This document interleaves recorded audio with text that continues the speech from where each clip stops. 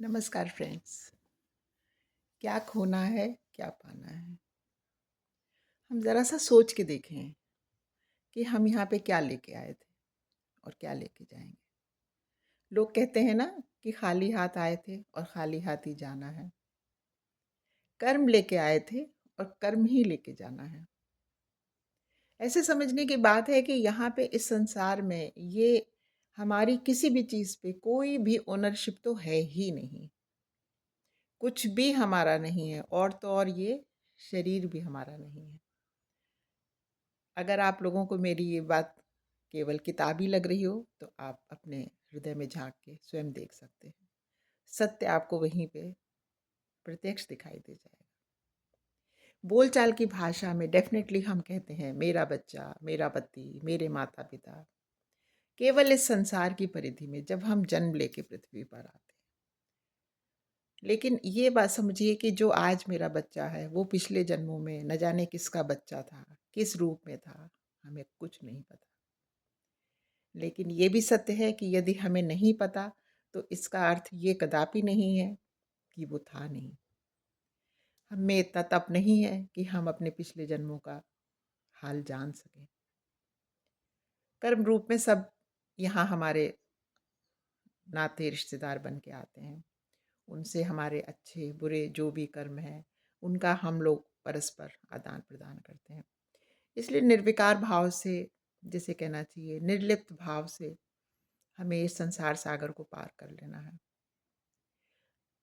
अक्सर लोग कहते हैं कि ये चीज़ बड़ी कठिन है।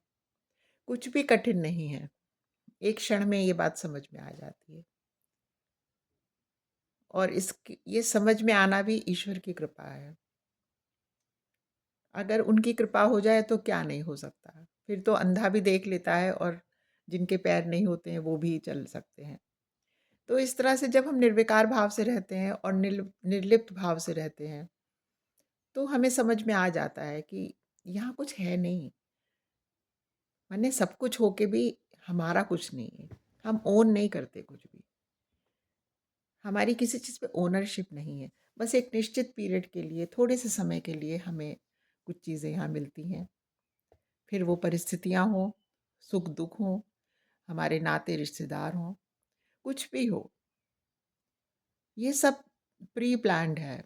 प्री प्लान्ड है, प्री डेस्टिन्ड है, इसको आप जिस तरह से भी कह सकते हैं।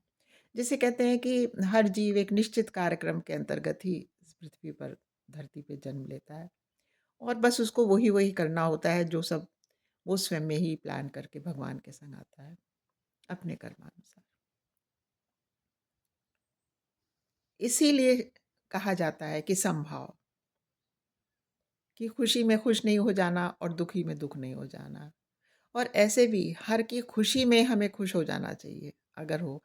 अपनी खुशी में तो क्या ही खुश होना, लेकिन दूसरे को प्रसन्न देख के जब हम प्रसन्न होते हैं, तो वास्तविक प्रसन्नता तो वही है। बस आज के लिए ये एक छोटी-सी बात थी, जो मैंने आप लोगों से शेयर कर ली। आप लोगों ने सुनी, बहुत-बहुत थैंक यू फ्रेंड्स।